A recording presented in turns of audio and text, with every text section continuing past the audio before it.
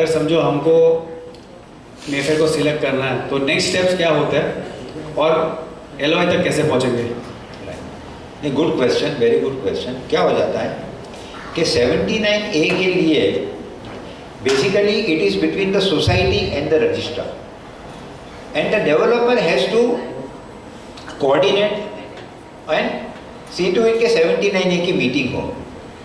तो जनरली बाकी सब सोसाइटीज में क्या होता है कि वो लोग मॉक जनरल बॉडी मीटिंग लेते हैं। जैसे 79A होने वाला है वैसे मॉक जनरल बॉडी मीटिंग लेते हैं। रिहर्सल बोलते हैं ना जिसको, कि ड्रामा का एक बार रिहर्सल होता है बिफोर विदाउट द ऑडियंस। तो ऐसे रिहर्सल होता है और उसमें जो जो डेवलपर्स शॉर्टलिस्ट किए होते हैं उसका वोटिंग वो मॉक मीटिंग में होता है। और एक बार मॉक मीटिंग में ये नक्की हो जाता है कि भाई मेफेयर को सिलेक्ट किया है तो हम फिर रजिस्ट्रार को कोऑर्डिनेट करके उसको 79A के लिए हम उसको लेके आएंगे, क्योंकि काफ़ी सारा खर्चा हो जाता है वो 79A के। और सोसाइटी को भी अपनी तरफ से 70% को मेंबर्स को हाजिर रखना, उनका जो नहीं है उनका वो करना, वो भी आपकी तरफ से भी वो काफ़ी लंबा प्रोसेस है। तो अपने को एक मॉक मीटिंग करनी पड़ेगी फाइनली। और वो मॉक मीटिंग में एक बार नक्की हुआ कि भाई मेफेयर सिलेक्टेड है, देन हम 79A के लिए आगे हम मेहनत कर सकते हैं। तो सर ये यहाँ पे जो है वो सारे एटलीस्ट 70% मेंबर्स यहाँ पे है when we count the number of flats. So members ये बहुत क्लियर है कि 70% मेजॉरिटी मिनिमम होनी, नॉट मेजॉरिटी बट मेंबर्स होने चाहिए फॉर वोटिंग। उसके बाद at least 51% voting should go for one developer. वो सिलेक्शन होने के बाद ही 79A का रजिस्ट्रेशन और रजिस्टर का प्रोसेस चालू होगा। तो सर अप्रॉक्सीमेट कितना कॉस्ट लगता है 79A तक जाने के लिए? वो हमारे पे छोड़ो आप। वो भी फ्री में मिल रहा है, चलो अच्छा है। सो एक लास्ट क्वेश्चन के लिए जगह है, अगर किसी को कोई इंपॉर्टेंट क्वेश्चन पूछना है। सर मेरा डिस्क्लेमर है, it should be common for all, not a wing specific और anything specific to your particular flat. 2 BHK का फ्लैट का सोल्यूशन देंगे, 1 रूम किचन का सोल्यूशन मिलेगा, वो सब सोल्यूशंस वो लोग ही देंगे, वो बात हो चुका है। So we will not ask that questions. Kevin I think right? Manoj भाई? या I am from A wing. जैसे आपने अप्रिशिएट किया कि आपका कस्टमर के लिए जो अप्रोच है customer satisfaction, I really appreciate that. आपने ये कहा कि हम लोग पीछे जाएंगे, लेकिन कुछ मेंबर्स ऐसे हैं जो ए बिल्डिंग में ही रहना चाहते हैं और अब मिक्स में बनता है, तो वो मेंबर्स के लिए जो एमिनिटीज़ रहेगी उसके लिए कुछ आप गाइडेंस देंगे तो अच्छा रहेगा। सर मेरा क्वेश्चन ये है कि ए में जो शिफ्ट होना नहीं चाह रहे हैं वो ए में ही रहना चाहते हैं। अगर आप मिक्स में जाते हो तो वो जो मेंबर्स वहाँ पे रेसिडेंशियल रहेंगे तो उनके लिए एमिनिटीज़ क्या रहेंगी? Sir, doesn't matter where you are accommodated. You are a member of the society. आपको amenities use करने का हक है। That's true, लेकिन आपको एक बिल्डिंग से दूसरे बिल्डिंग में ट्रैवल करना, बी बिल्डिंग में जाना पड़ेगा, ए बिल्डिंग में कुछ भी नहीं रहेगा एमिनिटीज रिस्पेक्ट से। That depends on, एक तो जगह नहीं है। करेक्ट। कि प्लॉट बहुत छोटा है, yes. को एक्सेस छोड़ना पड़ता है फायर टेंडर मूवमेंट के लिए। करेक्ट। तो हम लोग ने इसीलिए for the benefit of all the residential members कि उनको आगे पीछे ट्रैवल ना करना पड़े, सिक्लूडेड प्योर रेजिडेंशियल बिल्डिंग मिले, कमर्शियल मेंबर्स के साथ देयर इज नो कॉन्फ्लिक्ट्स और anything like that in future, क्योंकि इन दिस बिल्डिंग आपको तो 35-40 साल गुजारना है, like I said during presentation also.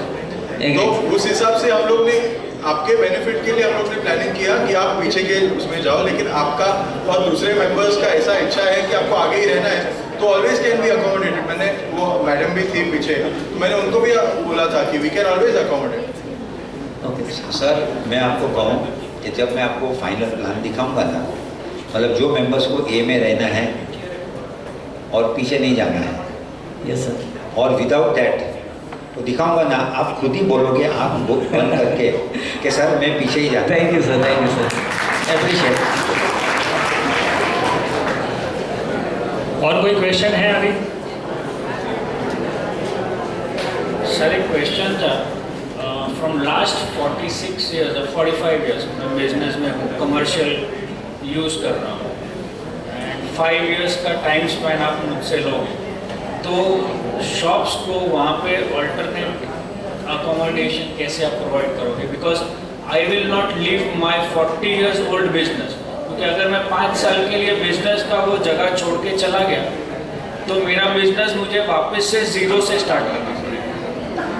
I think बहुत अच्छा क्वेश्चन है आपका, और आपका धंधा आपकी माँ है, बिल्कुल we will see to it कि आप कमर्शियल वाले जो है ना उसको हम जल्द से जल्द पार्ट उसी लेके आपको कब्जा दे देंगे। वेदर वो 12 to 14 मंथ में आपको मैं चाबी दे दूंगा उसको, और वो ऊपर करके सिक्योर करके आपको मैं आपकी जगह दे दूंगा। और काफी लोग करते हैं और हम कर देंगे। But you will be binding on that thing. Of course, binding on it, absolutely.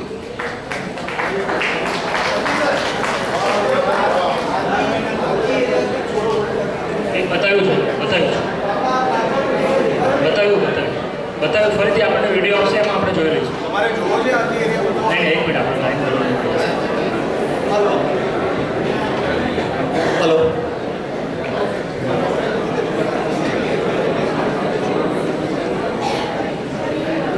Sir आज की एरिया और वो अपनी प्रीमाइसेस में के बाहर है कंपल्सरी तो उसका एक्सेस कहाँ से वो भी नहीं दिखाया वो हमको। अपना मेन रामनगर वाला रोड या एसवी रोड वो अपने को हमें वीडियो देंगे, हम लोग आराम से वो देख सकते हैं. मैं वो सर लेकिन वीडियो- अभी क्लियर हो जाए तो बेटर रहेगा ना कि उसका एक्सेस कहाँ से है।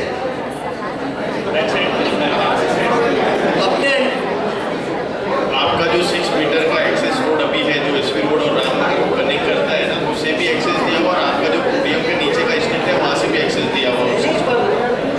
नहीं सबका क्वेरी है बॉस, मेरा अकेले का नहीं है, सबका मैं वही बोल रहे हैं। और वो जो उसका एक्सेस जो दिया गया है उसके बीच में हमारा बाउंड्री है नहीं है कैसा है वो आपने जो ग्रांड एंट्री तो दिखा दिया, लेकिन वो लोग का एंट्री कहाँ से है वो भी हमको जानना जरूरी है ना मेन।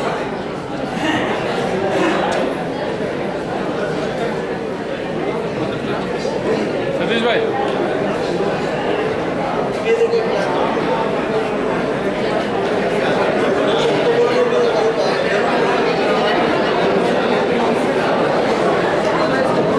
वो स्टार्ट कर रहे हैं, तब तक मैं दूसरे क्वेश्चन स्टार्ट करता हूँ ताकि टाइम हमारा वेस्ट ना हो. जयंत भाई थैंक यू, आपने काफ़ी पेशेंटली आंसर किए. और आपको मैं ये कहना चाहूँगा कि आपने देखा होगा कि हमारी सोसाइटी में कितना एंथुजियाज्म है कि रीडेवलपमेंट के लिए इनका एक्चुअली ये इंटरेस्ट दिख रहा है, और कितनी रेडीनेस है वो इनके क्वेश्चन से, और सीरियसनेस कितनी है वो आपको इससे पता चल रही है. नयन भाई के लिए आपको शायद कुछ लोगों को आइडिया नहीं होगा, उन्होंने रिसेंटली अभी PhD कंप्लीट किया. तो और कितने फिट हैं वो भी आपको दिख रहे हैं. तो इतने ही फिट उनकी प्लानिंग में और फाइनेंस में भी वो उतने ही है. पहले इनका क्वेश्चन आप देख लेते ना.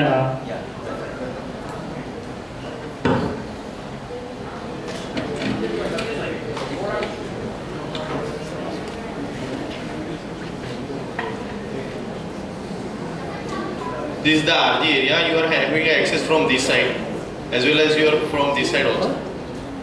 बैक साइड से भी 9 मीटर का जो रोड है वहाँ से भी इंटरनल रोड.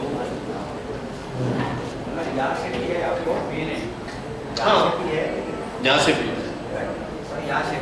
और in between this ना, this your parking and this there is no bifurcation and boundary wall at all. You can access from here also. Just the level difference will be there so that your water will not come inside your clean area. Multiple access है.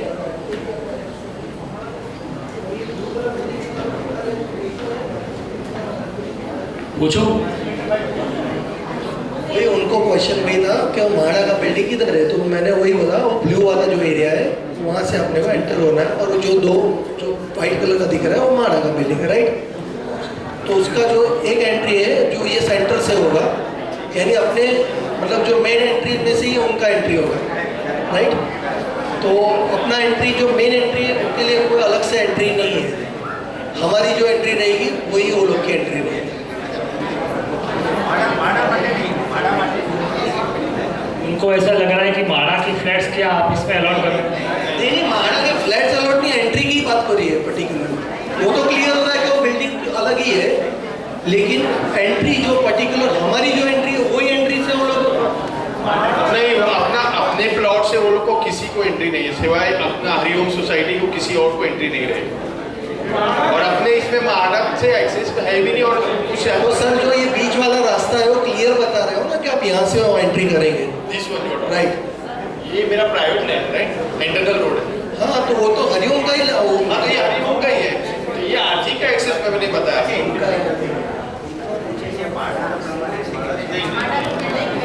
Sir, this is the amenity.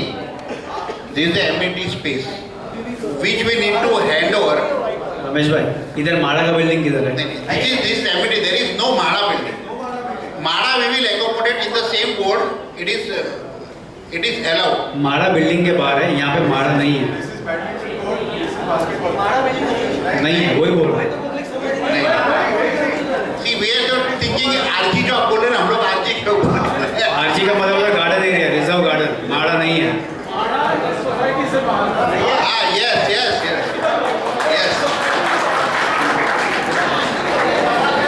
नहीं, एक चीज एकदम just 2 minutes please. ये बहुत important point है planning का कि ये आप आरजी कह रहे थे इसलिए आरजी, बट बेसिकली माड़ा बिल्डिंग अपने लेआउट में है ही नहीं, अपने प्लॉट में है ही नहीं, वो और कहीं उसको दे रहे हैं। ओके,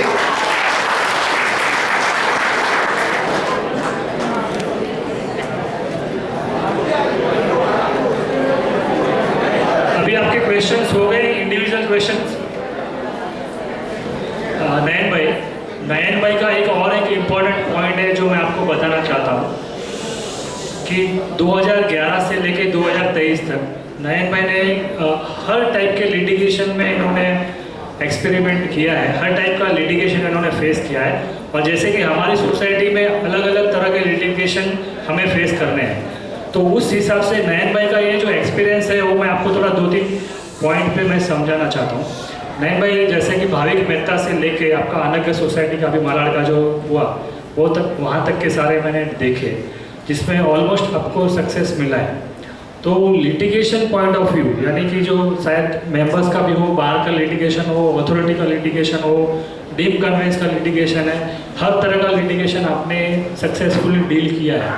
तो उसका आपका जो तरीका है लिटिगेशन के लिए, जो ये सक्सेस आपको मिलता है, वो किस तरह का आपका टीम का है कि आपका खुद का इन्वॉल्वमेंट है कि किस तरह का आपका, उसके ऊपर आप 2 शब्द में बताएंगे।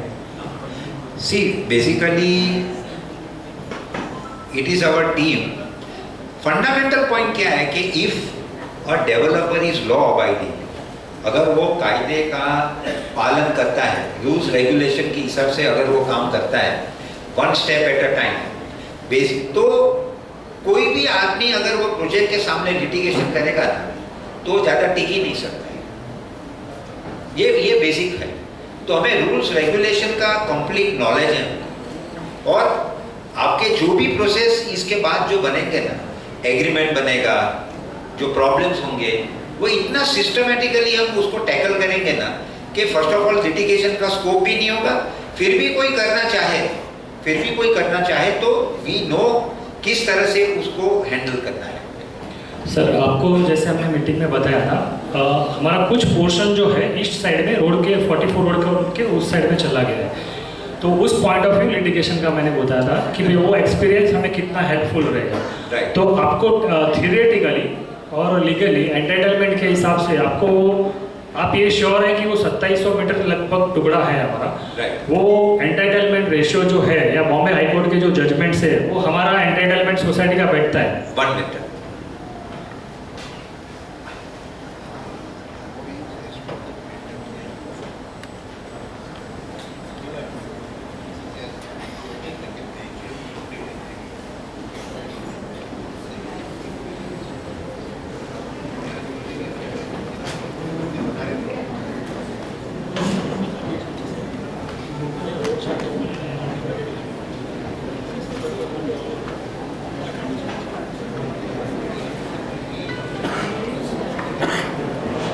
Yes, so I confirm that in legal we will be able to get that FSI.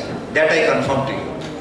Thank you sir. उसके लिए हमें आपकी जो लीगल टीम है उसका हमें सपोर्ट लगेगा, प्लस हमने एक फंड मांगा था जो आपने लास्ट टाइम हमें किया बोला था कि जो आपने सिर्फ 25 lakhs का कोट किया है, तो ये आपकी जो लीगल टीम है उससे कोट करके एक्चुअल जो हमारा खर्चा होता होगा लिटिगेशन का उस प्लॉट के लिए, प्लस जो मीटिंग्स है पीएमसी का कोटेशन है, वो सब को हम लोग का रिक्वेस्ट है कि वो पॉइंट जो आप कंसिडर करिए वो offer particularly. Sir actually for our plot if हमारा जो डिस्कशन हुआ था, अपना जो प्लॉट का आपका पीएमसी का लीगल का जो भी है वो हमने 25 लाख का 2 करोड़ वहीं में आपको बता दिया था, क्योंकि आपने बताया कि अभी हम यही प्लॉट का करते हैं और जब भी हम सामने का प्लॉट का करेंगे तो उसका जो भी हमको करना है वो अपने को बात करके करना, ताकि भी उसका बेनिफिट आएगा तो वेदर हमारे साथ शेयर करेंगे, उसको अलग से डील करेंगे, तो वो टाइम पे हम लोग डील करेंगे, ऐसा अपना बात कर सकते हैं। नहीं सर, मैं फिर से बता रहा हूँ कि जैसे कि आप कॉर्पस दे रहे हो, एक्स्ट्रा एरिया दे रहे हो, वैसा ही सोसाइटी मॉनेटरी एक्स्ट्रा ये ले रही है, कॉर्पस ले रही है, वो हिसाब से हमें ऑफर चाहिए उस चीज़ का चाहिए। तो मैं फिर से एक बार आपको डिटेल में कर दूंगा, अभी टाइम इतना नहीं है तो। और सर दूसरा एक ये कि जो आपकी ऑफ़र आई है बाकी सारे फैक्टर की वजह से आपका हाईएस्ट स्कोर आया है। हम चाहते हैं कि आपके लगभग 22 से 25 पॉइंट्स ऐसे थे जहाँ पे आपकी ऑफ़र जो सोसाइटी का एक्सपेक्टेशन था उस पॉइंट पे नहीं आई है। तो अपना टाइम इतना नहीं है कि मैं हर एक पॉइंट पे डिटेल करूँगा, लेकिन मैं रिक्वेस्ट करूँगा कि वो सारी जो नेगेटिव है या तो ऑफ़र नहीं दिए या कम दिए, वो सारी आप प्लीज़ रिकन्सिडर करिए। Definitely we will reconsider whatever is possible, we will do. Thank you.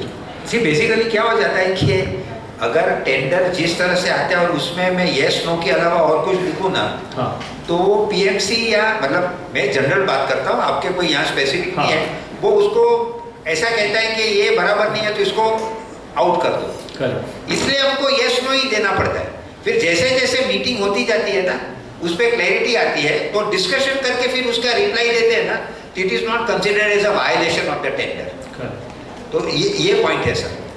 नयन भाई, जो हमारा प्रोजेक्ट है उसमें हमने स्टडी किया है कि जो इनिशियल हर्डल्स हैं अप टू LOI तक, अगर वो हम क्रॉस कर लेते हैं, LOI यानी कि जो HPC से LOI आएगी वहाँ तक की, तो आगे का जो प्रोसेस है, हमारी जर्नी है प्रोजेक्ट की काफ़ी स्लो मतलब ईजी है।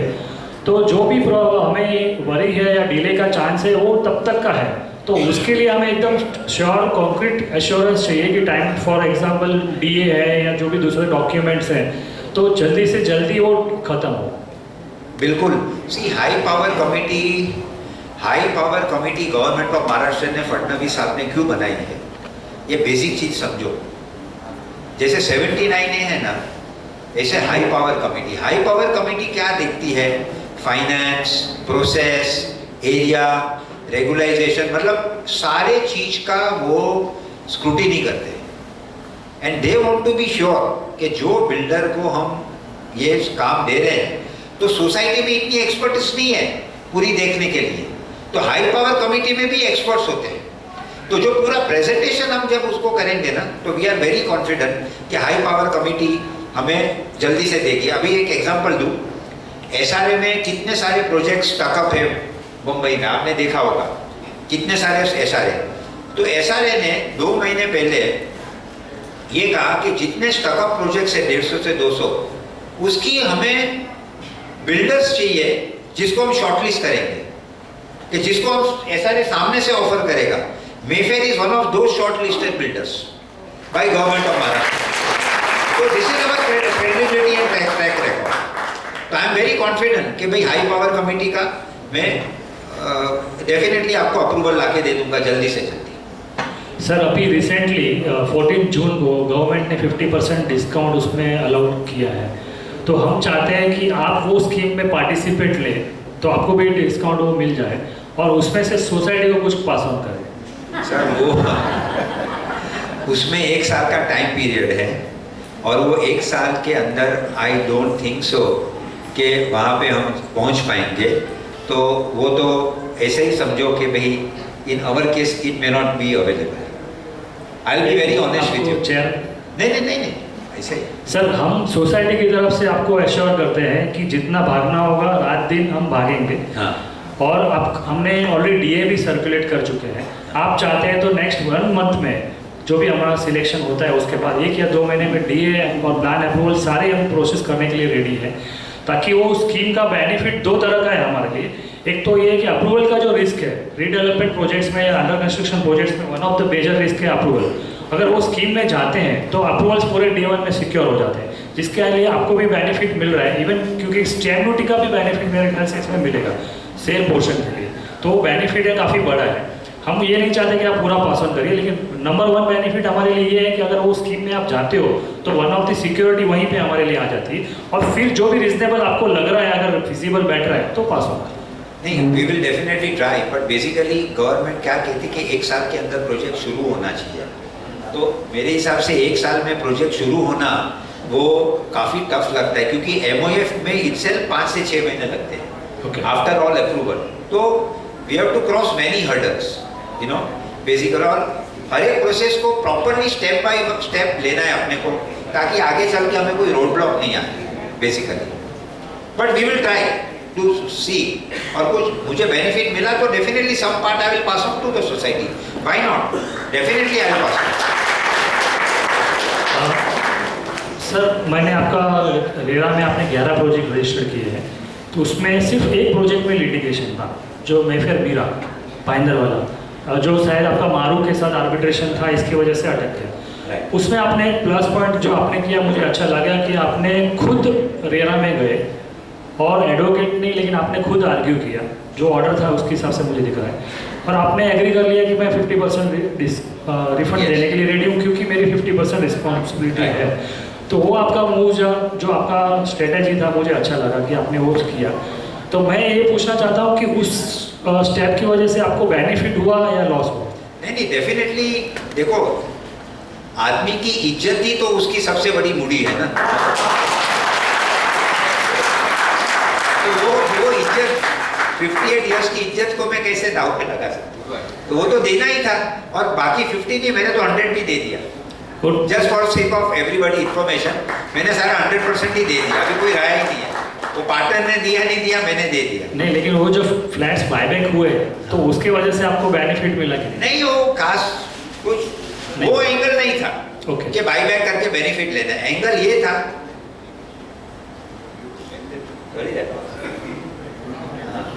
वो वही बोल रहे हैं ना, वो पूरा लिटिगेशन मैंने ही इनिशिएट किया, मैंने ही वो कस्टमर के पास गया कि भाई तुम रेरा में जाओ, रेरा में जाओगे तो ऑर्डर होगा तो मैं इमीडिएटली पेमेंट कर दूंगा, क्योंकि आर्बिट्रेशन का रूल ऐसा है कि जब तक कोर्ट का ऑर्डर नहीं आने तो वो पेमेंट नहीं करेगा। वो पूरा इनिशिएट मैंने ही कहीं किया। वो पर्टिकुलर ऑर्डर मैंने इसलिए मेंशन किया क्योंकि वो मैंने देखा कि नॉर्मली बिल्डर कभी जाते नहीं है कोर्ट में या रेरा में, लेकिन इनका मैंने नाम देखा ऑर्डर में, और उन्होंने खुद जाके सामने वाला आर्ग्यू करे इससे पहले इन्होंने ऑफर कर दिया कि मैं आपको रिफंड चाहिए, मैं रिफंड देने को रेडी हूँ। तो वो जो आपका स्टेप था या जो आपका गुडविल है, क्योंकि लिटिगेशन देखते हैं तो उसमें कंटेंट देखते हैं कि लोगों ने क्या किया, और आपने लगभग सारे लोगों को सेटल किया सामने से। सर, एक 33(9) में 45% का आपने ऑफर दिया है, जो कि हमें लगता है कि आप नेचुरली बढ़ाएंगे, लेकिन जो थियोरेटिकली 60% तक है, तो जो डिफरेंस का जो एरिया आ रहा है, एबेंस एरिया, वो अगर हम कंज्यूम नहीं कर रहे हैं सोसाइटी, तो आप भी कंज्यूम नहीं कर पा रहे हैं, तो उसमें हमारी रिक्वेस्ट है कि रिजनेबल कॉस्ट पे वो एबेंस एरिया का जो है वो हमें आप ऑफर दें।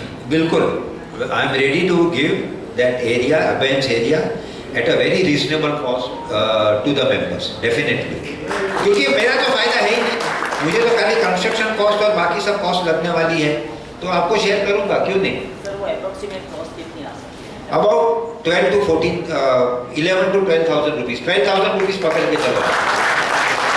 सर, वो एरिया जो आपने एक्स्ट्रा एरिया का जो लिमिट दिया है 100 फुट, उसके ओवर एंड अबव रहेगा? ओवर एंड अबव है। Thank you sir. Over and above है। सर, मैंने आपका एक और चीज़ देखा कि जैसा कि ज्ञानदीप प्रोजेक्ट है और दूसरे प्रोजेक्ट है, उसमें आपने मतलब काफ़ी कंस्ट्रक्शन लेवल आपका बढ़ गया, मतलब ऑलमोस्ट कंप्लीशन लेवल पे आ गया, फिर भी आपने फ्लैट सेल नहीं किए। राइट। तो मुझे ऐसे लगा जैसे आप मार्केटिंग पे खर्चा नहीं करना चाहते हैं, कि उसका कोई और स्ट्रेटेजी आपका? नहीं, क्या है कि ये जो प्रोजेक्ट है वो बांद्रा और सेंटा क्रूज में है। अब बांद्रा सेंटा क्रूज है ना, वो एकदम हाई नेटवर्थ इंडिविजुअल्स के लिए है, और HNI वाले जो लोग होते हैं ना, वो क्या कहते हैं कि रेडी टू पोजेशन हो ना तो प्रॉपर रेट देते हैं, और प्रॉपर टाइप का क्लाइंट आता है मेरे पास। तो इन ऑर्डर टू वो वहाँ हमारी मार्केटिंग स्ट्रेटेजी है बेसिकली, कि भाई उसको हम रेडी पोजेशन के वक्त तब बेचें। अभी विरार में हमने ऑलरेडी 1400 फ्लैट बेच दिया अंडर कंस्ट्रक्शन। वहाँ पे हम बहुत एग्रेसिव थे क्योंकि अफोर्डेबल हाउसिंग था। पर जो हाई वैल्यू प्रोजेक्ट्स होते हैं ना, उसमें हम लेट सेल करते हैं। तो मतलब कहने का मतलब ये था कि आपकी वो होल्डिंग कैपेसिटी बिल्कुल वो तो yes, मतलब ये था कि आपका एक मार्केटिंग ये भी है कि मैं रेडी होके ही बेचूंगा। right. तो सर क्या हमारे प्रोजेक्ट में इस तरह का टर्म्स बिठा सकते हैं कि इनिशियल लेवल पे आप फ्लैट्स कम सेल करें, Right. ताकि जो सिक्योरिटी का जो बात चल रहा है लोगों को, अभी आप देखा होगा कि ज़्यादातर इनको है फाइनेंशियल सिक्योरिटी का ही क्वेश्चन आ रहा है कि कैसे डील करेंगे, बाकी होगा कि नहीं। तो क्या हम इस तरह के टर्म्स बिठा सकते हैं कि जो इनिशियल लेवल पे आप सेल कम करोगे ताकि वो फ्लैट अनसोल्ड पड़े रहेंगे। तो लास्ट में जो 3 तरह के रिस्क आते हैं रीडेवलपमेंट प्रोजेक्ट में, एक अप्रूवल, फिर कंप्लायंस एंड कंस्ट्रक्शन। तो अप्रूवल्स तो आप डे 1 पे ले रहे हैं।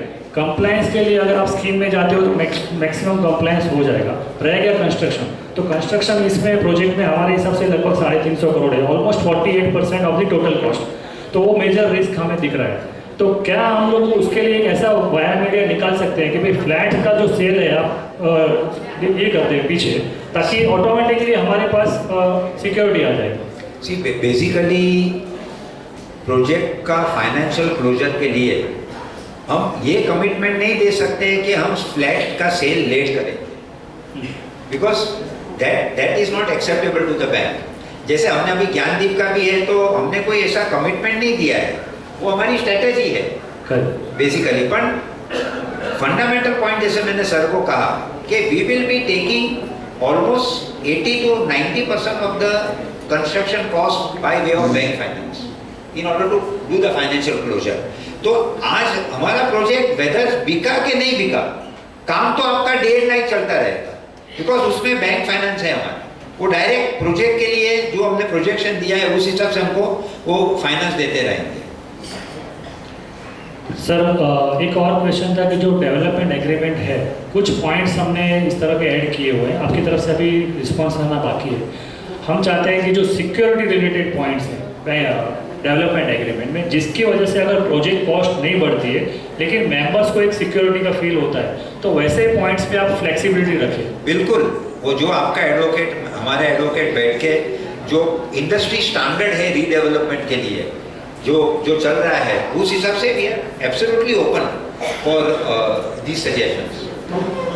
सर आपको मैं 2-3 क्वेश्चन थे, लेकिन सब लोग एकदम ज़्यादा ये हैं, तो एक फिर से मैंने जो आपने फर्स्ट टाइम हमें बताया था जब हम लोग इनको मिलने गए थे फर्स्ट वीक ऑफ जून, तो इनको सरप्राइज हो गया कि ये सोसाइटी, पर्टिकुलर इस सोसाइटी में इनको इम्प्रेशन ऐसा था कि यहाँ पे सेटिंग हो गया है, डेवलपर सिलेक्ट हो गया है, और इनका अचानक इनको ऐसा लगा कि हमारा नाम कैसे आ गया। तो सर हमने जो मेथड यूज़ की थी कि स्कोरिंग बेस पे जो भी हमने किया अनब्याज मैटर में, और जो जिसका स्कोर ज़्यादा आया था उस हिसाब से किया है। तो हमारा अभी एक रिक्वेस्ट है कि एक तो सेकेंड जो लेवल अभी फाइनल है, हमने टारगेट रखा है कि 8 जुलाई तक फाइनल अपॉइंटमेंट हो जाए, 79 हो जाए। अगर समझो हमारे टर्म्स अगर अभी कुछ पॉइंट्स ऐसे अगर आपकी ऑफर इंक्रीज करते हो या प्रॉपर लेवल रिजनेबल ऑफर आप देते हैं तो वेल एंड गुड, तो लोगों को एक अपने का प्रेजेंटेशन तो अच्छा लगा, वो पॉइंट्स पे अगर आप कवर कर लेते तो लोगों के लिए सिलेक्ट करने में कोई, मुझे नहीं लगता कि कोई ऑप्शन रहेगा। तो उसका एक एश्योरेंस दे देते लोगों को कि भाई पॉजिटिव साइड में और प्लस टाइम साइड में। सो नहीं, वी आर एब्सोल्युटली पॉजिटिव। जो आपने 5, 10, 15 पॉइंट जो बताए जिसकी वजह से हमारा स्कोर लो हो रहा है, अभी देखो कोई भी चाहेगा कि वो डबल सेंचुरी, ट्रिपल सेंचुरी मारे कोई भी मैच में जाए, तो मुझे भी इधर डबल सेंचुरी मारना है स्कोर के अंदर। तो जो आप कहोगे वो वी विल सिट टुगेदर, और जहाँ जहाँ पे ऐसे points we will make good. Sir last question, हमारा कन्वेंस का और डीम कन्वेंस का ऑर्डर का जो फॉर्मेलिटी है ऑलमोस्ट कंप्लीशन लेवल पे एज पर आवर एस्टिमेशन। हम चाहते हैं कि अगर एक बार सिलेक्शन प्रोसेस हो तो इमीडिएटली हमारे उसके लिए एश्योरेंस चाहिए कि डीम कन्वेंस रिलेटेड जितनी भी प्रोसीजर है, conveyance registration related, stamp duty related, समझो कोई मेंबर्स में आगे पीछे हो जाता है तो वहाँ पे हमें हेल्प चाहिए। बिल्कुल, वी विल हेल्प यू, साथ में आपके साथ खड़े रहेंगे। Thank you. खाली क्लैरिफिकेशन, मैं ऐसे ही रमेश भाई को एज यूजुअल टेस्ट कर रहा था, उन्होंने फाइनेंशियल स्टेटमेंट सबमिट किया, उनका 160 करोड़ का लोन दिख रहा है। हाँ। छः रमेश भाई टेंशन ना लेता, थोड़ा मैं उनको टेंशन दे रहा था, हमारा चलते रहता है विद अभी it's like more of a family हर एक डेवलपर के साथ। तो sir thank you so much for your time, thank you so much for the team, आपकी टीम ने बहुत पेशेंटली वेट किया है, स्पेशली अनय और रमेश भाई। आई थिंक फरवरी से अभी तक ऑलमोस्ट PhD हो गए रहेंगे, आपके साथ आ जाएंगे थोड़े टाइम में with us, and hopefully if you sail through तो और 2 किलो कम हो जाएगा सर का।